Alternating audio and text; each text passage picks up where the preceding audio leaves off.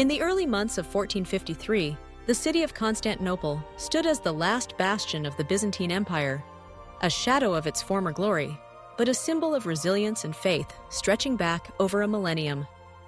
Surrounded by formidable walls and situated at the crossroads of Europe and Asia, Constantinople had withstood countless sieges and had become a legendary city, coveted by empires for its strategic and symbolic significance. At this pivotal moment in history, a young and ambitious ruler, Sultan Mehmed II of the Ottoman Empire, set his sights on achieving what generations before him had failed to accomplish: the capture of Constantinople. Mehmed was not only a skilled military strategist, but a visionary who understood that the conquest of the city would represent more than just territorial expansion. It would signal the dawn of a new era. The backdrop to this dramatic confrontation was a world in flux. The Byzantine Empire, once the eastern pillar of Roman civilization, had been reduced to little more than the city itself and a handful of territories. Its population had dwindled, its resources were exhausted, and its pleas for help from Western Europe had yielded little more than token reinforcements and promises. The Ottomans, in contrast, were ascendant. Under Mehmed's leadership, they controlled vast territories in Anatolia and the Balkans, encircling Constantinople and poised for a final assault. Mehmed's preparations were meticulous and relentless. To cut off the city from aid and reinforcements, he ordered the construction of Rumeli Hisara, a massive fortress on the European shore of the Bosporus, directly across from the existing Anadolu Hisara. With both fortresses commanding the narrowest point of the strait, Byzantine ships and any potential allies from the Black Sea were effectively blocked. Mehmed assembled a vast army. Estimates range from 80 to 100,000 troops, including elite Janissary soldiers, cavalry, artillery crews, engineers, and auxiliaries from across his expanding empire. A critical advantage for the Ottomans was their innovative use of artillery. Among their arsenal was the basilica cannon, a monstrous weapon crafted by the Hungarian engineer Orban. Capable of launching stone projectiles weighing hundreds of kilograms, these cannons represented a new chapter in siege warfare. The thunderous bombardment they unleashed would test even the legendary strength of Constantinople's defenses. Inside the city, the mood was grim but resolute. Emperor Constantine XI, Palaiologos, the last Byzantine emperor, marshaled every available resource. The defenders, numbering perhaps 7,000 to 10,000, including Greek citizens, Genoese, and Venetian mercenaries, and a handful of volunteers from across Christendom, prepared to make a final stand. The Theodosian Walls, a triple line of stone and brick fortifications running the length of the city's western flank, had repelled invaders for centuries and were considered among the strongest in the world. In the Golden Horn, a massive iron chain stretched across the water to prevent Ottoman ships from entering the harbor. On April 6, 1453, the siege began. The city was encircled by Ottoman troops, and the relentless bombardment started.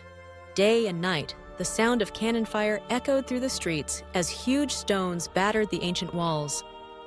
The defenders worked tirelessly to repair breaches, extinguish fires, and repel assaults. Food and supplies dwindled, and hope for outside aid faded with each passing week. Mehmed, determined to break the stalemate, devised a bold and unexpected maneuver. He ordered his ships to be hauled overland, bypassing the chain across the Golden Horn. With logs greased to reduce friction, dozens of Ottoman galleys were dragged across the hills and launched into the harbor behind the defensive chain. This audacious feat stunned the defenders and threatened the city's inner defenses from a new direction. Inside Constantinople, morale wavered but did not break. Emperor Constantine led by example, appearing on the front lines, rallying his people, and organizing defenses at every breach. In the face of overwhelming odds, the spirit of the city's inhabitants, Greeks and Latins alike, became a legend of courage and faith. As the weeks dragged on, the city's wounds deepened. The constant bombardment weakened sections of the walls, while sorties and counterattacks inflicted casualties on both sides. Appeals for help from Western Europe went largely unanswered. The Pope sent a token force, and Genoese and Venetian ships offered some support, but the broader powers of Europe, embroiled in their own conflicts and wary of a crusade, did not come to Constantinople's aid. The Ottomans, meanwhile, pressed their advantage. They filled moats, constructed siege towers, and launched waves of assaults. The defenders repelled each attack, but their numbers thinned and exhaustion set in. The city's fate hung by a thread. As May wore on, Mehmed prepared for a final, all-out assault. On the night of May 28th, the citizens of Constantinople gathered in Hagia Sophia, the great cathedral at the heart of the city, for a final service. Greeks and Latins, divided for centuries by schism and suspicion, stood side by side in prayer, united by the imminent threat. In the early hours of May 29, 1453, the Ottoman army launched its culminating attack. A barrage of cannon fire opened the way, followed by waves of infantry and janissaries. The defenders fought with desperate valor. Emperor Constantine himself is said to have cast aside his imperial regalia and joined his soldiers in the thick of battle. The Ottomans breached a section of the walls near the gate of St. Romanus, and their troops poured into the city. What followed was chaos, fierce fighting in the streets, defenders making their last stand, and desperate civilians seeking refuge in churches and homes. Emperor Constantine XI fell in battle, his body lost among those of his companions. The city, after more than 1,000 years as the capital of the Byzantine Empire, was finally overcome. The initial hours after the fall were marked by the customary looting and violence that so often accompanied medieval conquests. But Mehmed acted swiftly to restore order. He entered the city and declared an end to the pillaging, seeking to stabilize his new capital. One of his first acts was to visit Hagia Sophia, where he ordered it to be converted into a mosque. This act symbolized the transfer of power and the dawn of a new era for the city and the empire. In the days and years that followed, the transformation of Constantinople into Istanbul began. Mehmed encouraged people of all backgrounds, Muslims, Christians, Jews, to settle in the city, repopulating its neighborhoods and restoring its economic vitality. He initiated ambitious building projects, constructing mosques, palaces, markets, and public facilities that would shape the city's identity for centuries to come. The fall of Constantinople reverberated across Europe and the wider world. For the peoples of Christendom, the loss of the city was a profound shock. The Byzantine Empire, the last remnant of the Roman Empire, had ceased to exist. Many historians mark this event as the end of the Middle Ages and the beginning of the modern era. The conquest also had far-reaching consequences for trade and exploration.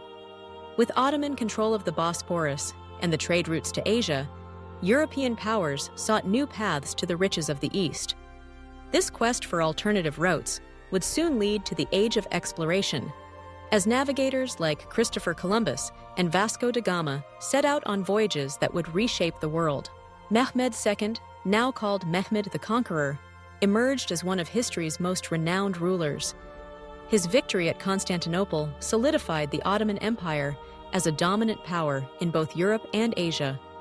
Under his reign, the empire expanded further, absorbing territories and peoples, and laying the foundations for an empire that would endure for centuries.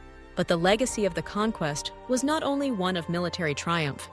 Mehmed envisioned Istanbul as a cosmopolitan capital, a meeting place of cultures, religions, and ideas. His policies of tolerance and inclusion, though not without limits and challenges, set a tone for the city's complex and dynamic character. For the people of Constantinople, the fall was both an ending and a beginning. Some fled into exile, carrying with them the traditions and knowledge of Byzantium, which would influence the Renaissance in Western Europe. Others remained, adapting to new rulers and witnessing the evolution of their city from imperial capital to the beating heart of a vast and diverse empire. The story of the conquest of Constantinople is a tale of ambition and strategy, of courage and tragedy, of the relentless tide of history that sweeps away empires and builds new ones upon their ruins.